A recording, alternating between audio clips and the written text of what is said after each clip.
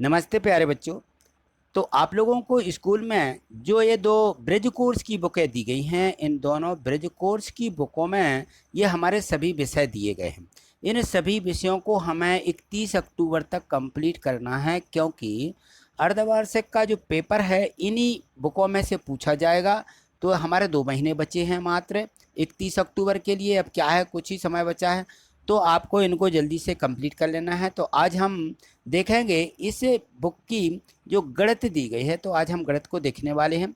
यदि आपने चैनल को सब्सक्राइब नहीं किया है तो चैनल को सब्सक्राइब करके रखिए, जिससे कि जैसे वीडियो अपलोड होती हैं वो आपको आपके पास तक पहुंच सकेंगी। ठीक है, तो आज हम देखेंगे इसकी गणित। देखिए इसे, तो यहाँ देखिए वर्कशीट 11 दी गई है। इसके पहले वाली जो वर्कशीटें हैं हमने पिछली वीडियो के माध्यम से उनको कंप्लीट कर दिया है। आप जो है उनको देखने के लिए यहाँ डिस्क्रिप्शन में लिंक दी गई है, तो लिंक पर जाकर के प्लेलिस्ट पर सभी विषयों की वीडियो डली हैं और इसकी पिछली वर्कशीटें हैं, उनको आप वहाँ से कंप्लीट कर सकते हैं। तो आज हम देखेंगे इस वर्कशीट 11 में दिया कि परिमेय संख्याओं में भाग एवं गुणा करना इस कैसे करते हैं, यह हम इससे सीखेंगे। तो परिमेय संख्याओं में गुणा, यहाँ देखिए सवाल दिए गए हैं। तो गुणा में परिमेय संख्याएं जो रहती हैं, परिमेय संख्याओं का अंश में गुणा कर देते हैं और हर का हर में गुणा कर देते हैं। बस चिन्हों बस का हमें ध्यान रखना पड़ता है कि यदि समान चिन्ह हैं तो हम गुणा करते हैं, तो समान चिन्हों का गुणा करने पर हमें धन प्राप्त होता है। और जो असमान चिन्ह है, असमान में हमारा आ जाता है एक धन एक ऋण। तो असमान चिन्ह होंगे तो हमें क्या प्राप्त होगा, ऋण प्राप्त होगा। बस इतना ध्यान रखना। यहाँ देखो 14 का 13 में और 11 का 5 में गुणा करना है, तो अंश का अंश में हर का हर में गुणा इस प्रकार से कर दीजिए। गुणा करने में कोई दिक्कत नहीं है। यहाँ देखो ऋण के 22 हैं, ऋण के 21 हैं, समान चिन्ह हैं। तो यहाँ जब हम समान चिन्हों का गुणा करेंगे तो धन आएगा, ठीक है ना। 11 का 11 में, 22 का 21 में गुणा करेंगे तो ये इस प्रकार से संख्या हमें प्राप्त हो जाएगी।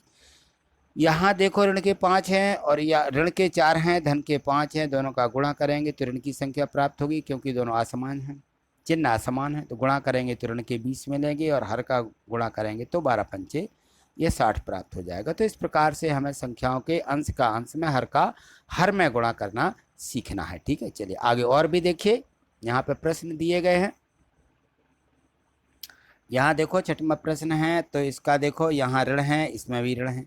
17 का 3 में ये गुणा लिख लेना है और दोनों चिन्हों का गुणा करते हुए 17 3 51 धन के आएंगे और 9 दूनी 18 ये भी धन के आएंगे। ठीक है ना। यहाँ पे असमान चिन्ह है तो संख्या ऋण की मिलेगी और अंश का अंश में हर का हर में गुणा। तो इस प्रकार से इन सभी के गुणा आप निश्चित कर लेंगे, इनमें कोई दिक्कत नहीं है। यहाँ हर नहीं है तो आप इसको 1 मानते हुए 2 का 1 में गुणा करेंगे। ठीक है, और बाकी का बिल्कुल सही दिए गए हैं। तो चलिए आगे देखते हैं इन सभी प्रश्नों के, और भी दिए हैं इसके। यहाँ देखो दिया गया है प्रश्न 1 और लिखा हुआ है कि एक आयताकार पार्क की लंबाई, एक कैसा पार्क है, आयत के आकार का। और आयत इस प्रकार से होता है, देखिए ये आकृति रहती है किसकी, आयत की, है ना। सीधी लाइनों को खींचते हुए रहती है ये, इस प्रकार से आयत बन जाएगा।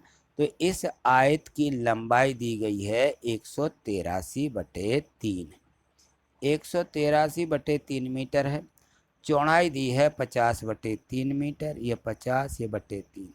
क्या निकालना, पार्क का क्षेत्रफल। तो ये होता है क्षेत्रफल लंबाई गुणे चौड़ाई, बस दोनों का गुणा कर देंगे। अंश का अंश में करेंगे, हर का हर में, 5 3 15 आ जाएगा। और 183 में 50 का गुणा करेंगे तो 0 का 0 और 5 का 83, 183 में गुणा 915 आएगा।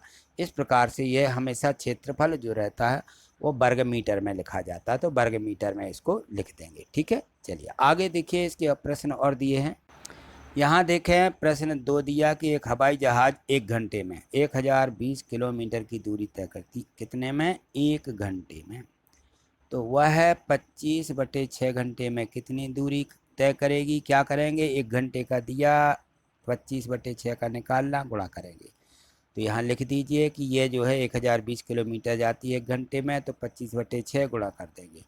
तो अंश का अंश में, इसके बटे नहीं है हर, तो 1 बनाते हुए 6 का 1 में और 25 का 1020 में गुणा करेंगे तो यह आ जाएगा यहाँ पे 25,500/6 आ जाएगा। ठीक है, इतना किलोमीटर दूरी तय करेगी। तो ठीक है, अंश का अंश में गुणा कर देना पड़ता है और हर का हर में गुणा करेंगे। चलिए आगे देखिए और भी प्रश्न जो दिए गए हैं। यहाँ पे लिखा हुआ है कि परिमेय संख्याओं में भाग एवं गुणा करना। तो अब हमने भाग सीखना है और गुणा करना भी सीखना है।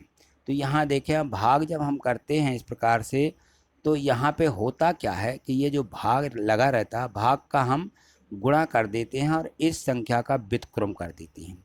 इनको पलट देते हैं, 4 हर में है तो ऊपर लिख देंगे और 3 को नीचे लिख देंगे। ये देखिए यहाँ पे, ये इस प्रकार से गुणा लिख देना है और संख्या को बदल के लिखेंगे और फिर अंश का अंश में, हर का हर में गुणा करना है। बस कुछ नहीं करना, आपको बदलना बस है संख्या, भाग का गुणा लिखना है। यहाँ मैंने ये सभी संख्याएं इसी प्रकार से हल की हुई हैं, तो आप इनको देख लीजिए।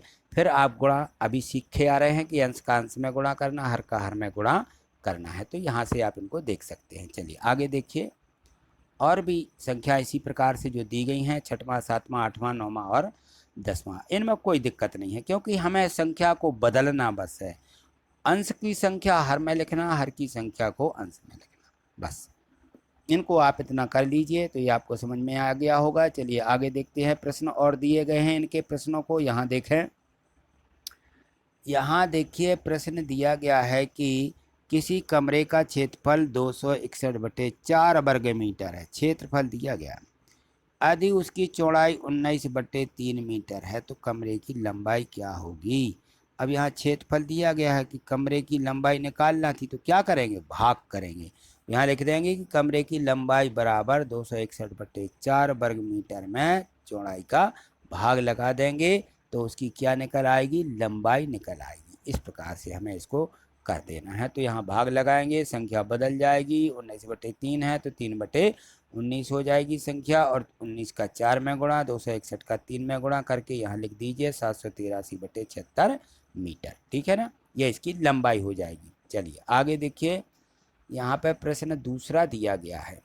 इस दूसरे प्रश्न में देखिए दिया है कि यदि एक 143/2 मीटर लंबे तार को 26 बराबर टुकड़ों में काटा जाए तो हर टुकड़े की लंबाई क्या होगी। हमें प्रत्येक टुकड़े की निकालना है, तो हम क्या करेंगे, भाग करेंगे। एक टुकड़े की लंबाई 143/2 मीटर दी गई है यहाँ पर, और यहाँ पे भाग करेंगे किसका, 26 का। ठीक है ना, 26 बराबर टुकड़े बनाना है तो 26/1 मानते हुए इसका क्या करेंगे, भाग का गुणा, और 1/, हो जाएगा 26। 26 का 2 में गुणा कर लीजिए, 143 का 1 में, तो 143/26 दूनी 52 मीटर, ये इसकी लंबाई आ जाएगी। प्रत्येक टुकड़े की लंबाई यहाँ पे, यानी एक टुकड़े की लंबाई 143/52 मीटर होगी। ठीक है, तो इस प्रकार के इसमें जो सवाल दिए गए थे बिल्कुल सरल दिए गए हैं, तो इतना आपने समझ लिया होगा। आज इतना ही, आगे जो इसके और वर्कशीटें दी गई हैं उनको अगले वीडियो के माध्यम से देखेंगे। तो आगे देखने के लिए चैनल को सब्सक्राइब करके रखिए और प्रत्येक वीडियो को एक लाइक जरूर कर दीजिए। ठीक है, थैंक यू, धन्यवाद।